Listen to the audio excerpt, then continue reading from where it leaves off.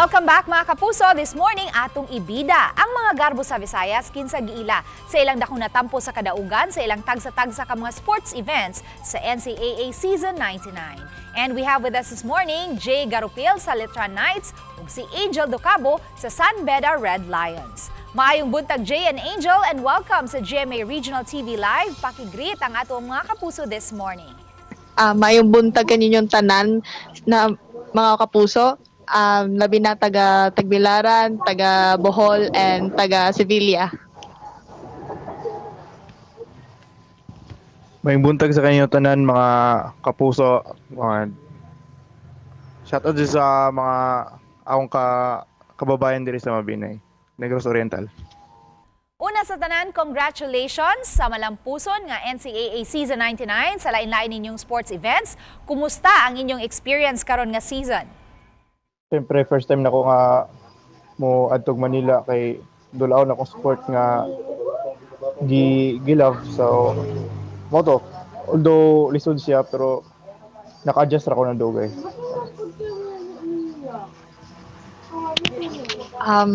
Katong experience nako this season, it was truly remarkable. It was nice representing our school and be recognized. And I'm even happier kay dili ra ako nag-celebrate sa akong achievements, pati akong team sa San Beda because we work as one po. Angel, ikaw ang giila nga MVP sa swimming sa women's division. Can you share this milestone sa atong mga kapuso, ilabi na sa mga taga Bohol? Yeah. As an athlete, maningkamot jud ta na permita maningkamot jud ta permi kay we cannot prevent our ups and downs. And of course, wausab nagpalupig ang proud nga taga Mabinay, Negros Oriental nga si Jay sa natad sa basketball. Ikaw ang napiling Freshman of the Year. Kumusta ang journey before achieving this award, Jay? Throughout the season, daghan siya ups and downs, pero wala ra ko gapadala sa mga negative comments. Backtrack tagamay no before achieving this award. How did you become part of the team? Gikan diri sa bukid, discover ko ni Coach Michael Villahermosa sa diri sa Mabinay para modula dito sa syudad sa Dumaguete.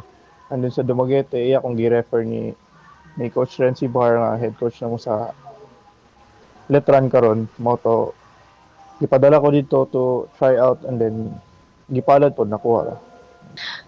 Naay nag-recruit na ho. Ka-teammate na po na ako sa una.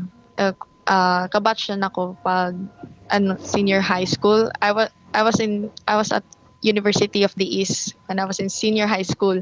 Then ana siya na magkuan ta San Beda ta. So yan na po. Nisugot na mapug ko without even knowing na champion de ay ang swimming San Beda swimming team. Do you see yourselves competing in an international sporting event? Puhon palaron. Pero wala may imposible. Ako po, puhon, if ever, kaya. Yes. Ug isip pa na po, unsay mensahe sa paglaom ninyo sa atong mga kapuso nga nagtan-aw karong buntaga? Ang ako nang mensahe ra jud sa tanang athletes is to train hard, listen to your coaches, believe in yourself, and don't forget to always pray to God. Ako mensahe sa ninyo tanan mga kapuso o sa mga tanan kabatan-unan nga mutungtong inani nga stage is kanang love your sport. Kay if yung palanggaon na inyong sport mubalik ra pa na ninyo para nako akong halos sa basketballan ako magpuyo kada adlaw and then moto ibalik ra po sa Ginoo sa ako sa giyatagan na po ko niyag talent na inani. So moto padayon keep working and ayaw mong kaulaw, idula ra gaya dula. Thank you very much, Angel and Jay, sa time nga inyong gihatag kanamo karong buntaga. And more power kaninyong duha. Thank you. Buntag. Thank you. May buntag. Ug mga kapuso, mubalik pa ang GMA Regional TV Live.